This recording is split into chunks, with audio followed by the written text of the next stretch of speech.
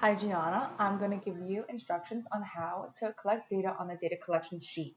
So prior to the session, you're going to have your data collection sheet and you're going to fill it out with your name, your client's name, the date, the targets that you're going to be focusing on today, and the SDs. After that, just notice that the targets and the SDs are given by your BCBA. So you'll have a conversation with your BCBA about which targets and which specific SDs you're going to be given to your client. And then you're going to write them in before you start the session. So then, after, you're going to review the key to make sure you know what the abbreviations mean and where to put them when you're with the client so that you can do it quickly and be with the client, be very engaged with them. Afterwards, you need to acknowledge that each target is made up of 6 trials. So you're going to address 3 targets per session, and each target has 6 different trials. So that's 6, 12, 18 trials altogether with 3 different targets. So during trials, you're going to have your data sheet close to you, but if the client's here, you're going to kind of keep it over here so that they're not looking and like get distracted by it. So you can just quickly go over here, get right back with them.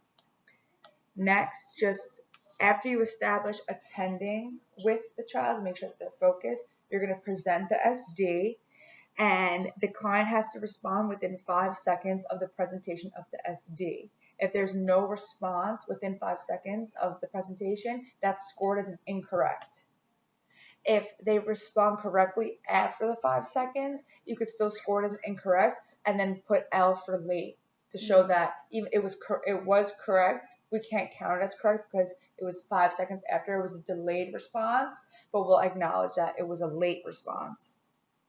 Next, just know that after they do admit the correct response, you provide praise and a reinforcer, unless they're on a token board schedule where after a certain amount of responses, then they get a reinforcer, or if they're on a different schedule of reinforcement. Your BCBA will give all that information to you because for every client it's different. But just to know, usually after every single correct response, verbal praise is always delivered. But for a specific reinforcer, whether it's an edible or a tangible, that depends on the schedule of reinforcement that your client is on. Do you have any questions so far? No, nothing. Great.